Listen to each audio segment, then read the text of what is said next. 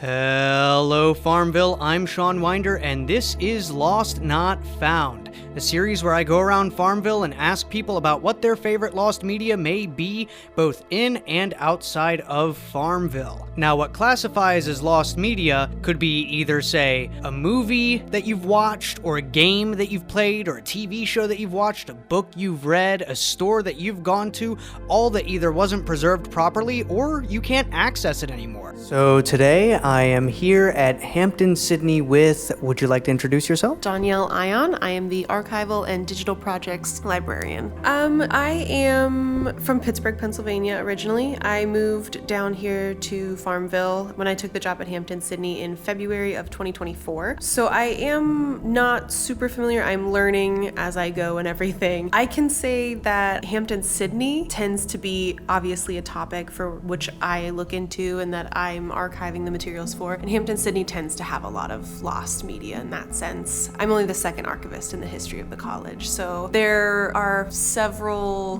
decades of years that were just lost. And I mean, that's just with history in general. A lot of people will lose history, especially from the early years. It's hard to find family ancestry things from like the 1700s or the 1800s, and a college is no different in that sense. Has there ever been a situation in Hampden-Sydney where something that was presumed to be lost, like suddenly got found? Yeah, so, well, currently I have found some things. We've had a couple account books that the archivist before me, she found, and they're a Venable and a Watkins account book. So the founders of the college, actually, and she was able to find those kind of hidden within the library, essentially. This past year, we found a faculty professor and their high school student, their child. They borrowed a book from our library that was in the stacks, and it turns out it was a first edition of Tell My Horse by Zora Neale Hurston, and it was signed by Zora as well. And we didn't know that that existed. We have no idea how we found it, how it came to be at Hampden-Sydney, but it was checked out by a patron, and then they saw it and returned it to us. So it was kind of found media. I wanted to ask you, do you have a favorite piece and or type of lost media that's around the world? It doesn't have to be like specifically in Farmville, but anything just outside of here. Yeah, I think I tend to gravitate more towards books. I've had the wonderful opportunity to take a class at Rare Book School at UVA, and I have learned a lot about rare books, and I tend to gravitate more towards those. I think my favorite currently, there's a news story that just came out not too long ago of scrolls of papyrus from Pompeii, and they have been essentially crystallized because of the ash and everything from the volcano, and with new technology, they're able to actually start reading these scrolls of papyrus for the first time in thousands of years. And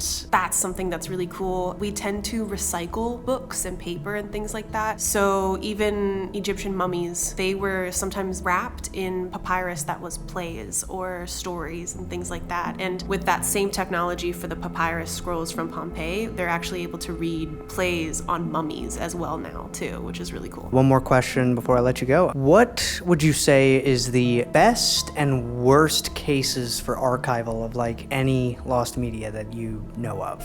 For best cases, it would be finding something that you didn't even know you had, like the Zora Neale Hurston book. Or last summer, I found ancient Greek and Roman coins that were in a cabinet in the library, and there was a record of them, but the record itself had also been kind of forgotten. So finding something that has been forgotten is one of the best things. The worst thing is whenever you find a floppy disk and you have no way to convert it, and you know that what is on that item could be so valuable, but it's just gone and you can't convert it, you can't access it, and sometimes you have situations where even opening it could risk losing it, and so that's the worst part. All right, well, thank you very much for your time. I hope you have a wonderful day. Thank you, you too. Tune in next week for another episode of Lost Not Found at AM 870 or WFLO.net.